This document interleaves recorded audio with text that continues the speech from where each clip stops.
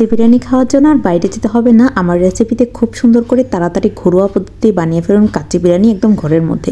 প্রথমে কাচ্চি বিরিয়ানির জন্য বের করে নিতে হবে খাসির মাংস, মানে মাটন, যেটা হচ্ছে কাচ্চি বিরিয়ানির সবচেয়ে বড় আকর্ষণ।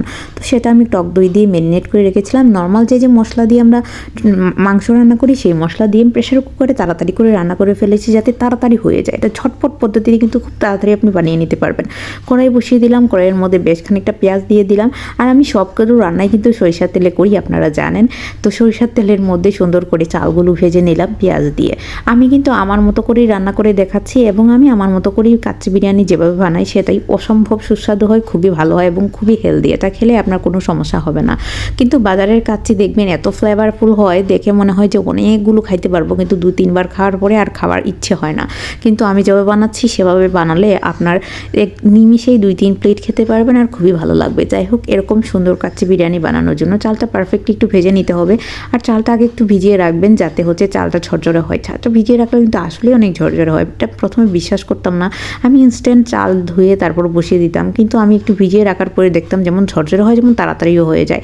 যাই হোক, তারপর হচ্ছে আমি মাটনগুলো দিয়ে দিলাম। মাটনগুলো কিন্তু পুরোপুরি যে সিদ্ধ করেছিলাম তাও নয়, 90% সিদ্ধ করেছিলাম, আর বাকিটা হচ্ছে দম দিয়ে যখন আমি বিরিয়ানিটা রান্না করব তখন সেটা হয়ে যাবে। ভালো করে মিশিয়ে দিলাম চালের সাথে এবং সুন্দর করে মিশানোর পরে মনে হলো যে একটু লবণ দেওয়া দরকার, লবণ দিয়ে দিলাম। আর পরিমাণ মতো জল দিয়ে দিলাম। জলটা কিন্তু অবশ্যই পরিমাণ মতো দিতে হবে। যে পরিমাণ চাল দিয়েছি তারপর ডাবল জল দিয়েছি, কিন্তু ডাবলের চেয়ে একটু কম দিয়েছি, কারণ যেহেতু খাসির মাংসের মধ্যে অলরেডি একটু ঝুলঝুল ছিল সেজন্য আর কি। আমি দিয়ে দিলাম এর মধ্যে কাঁচামরিচ। আমি কিন্তু এর মধ্যে আর কোনো রকম ফ্লেভার অ্যাড করিনি, কেওড়া জল, তারপর হচ্ছে আরও মিঠা আতর, অনেকেই দিয়ে থাকেন, আমি এগুলো কোনো কিছু ইউজ করিনি। এভাবে ঘরোয়াভাবে দিয়ে দিবেন, রান্না করে দেখবেন যে কতটা সুস্বাদু এবং কতটা টেস্টি হয়। যাই হোক, খাসির মাংস রান্না করার জন্য কিন্তু আমরা স্পেশাল একটা মশলা দিয়ে থাকি, সেই মশলায় কিন্তু অনেকটা কাচ্চি বিরিয়ানির মতো গন্ধ হয়ে যায়। অলমোস্ট এটা হয়ে এসেছে। যখন হয়ে আসার মতো হয়ে যাবে, মানে জলটা যখন শুকিয়ে যাবে, তখন কিন্তু একদম আগুনটা কমিয়ে চুলার আঁচ একদম লো হিটে দিয়ে তারপর এটা সুন্দরভাবে কুক করতে হবে। যদি এই পর্যায়ে আপনি আগুনটা বাড়িয়ে দেন বা হচ্ছে মিডিয়াম আঁচে রান্না করা শুরু করেন, তখন কিন্তু নিচটা পুড়ে যাবে, একদমই ভালো লাগবে না, চালগুলো ফুটবে না। তো এই পর্যায়ে যখন দেখা যাবে যে চালটা একদম সিদ্ধ হয়ে আসছে এবং জলটা শুকিয়ে গেছে, তখন কিন্তু চুলার হিটটা একদম লো হিটে করে দিতে হবে। এই যে দেখুন অলমোস্ট হয়ে গিয়েছে। মানুষ কাচ্চি বিরিয়ানির মধ্যে মাংস খুঁজে পায় না, আমার দেখেন মাংসে ভরপুর।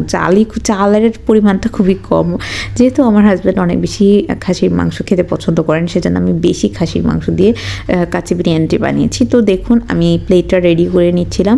তো বেশ খানিকটা মাংস তুলে নিলাম, তার মধ্যে হচ্ছে আলু দিলাম, এর মধ্যে একটা ডিম সিদ্ধ, কাঁচামরিচ এবং বেশ খানিকটা সালাড, এবং লাস্টলি প্রেজেন্টেশনের জন্য আপনাদের সাথে শেয়ার করছি। এতে দেখুন ফুল প্ল্যাটারটা কতটা লোভনীয়।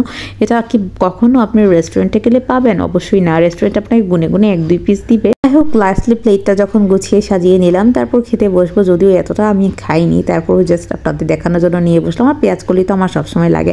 তো আমার এই ছোট্ট ভিডিওটা আপনাদের কেমন লাগলো অবশ্যই জানাবেন। আর যদি আমার ভিডিওতে কোনো রকম ভুল ত্রুটি থাকে অবশ্যই ক্ষমা সুন্দর দৃষ্টিতে দেখবেন। ভালো থাকে সবাই, টাটা।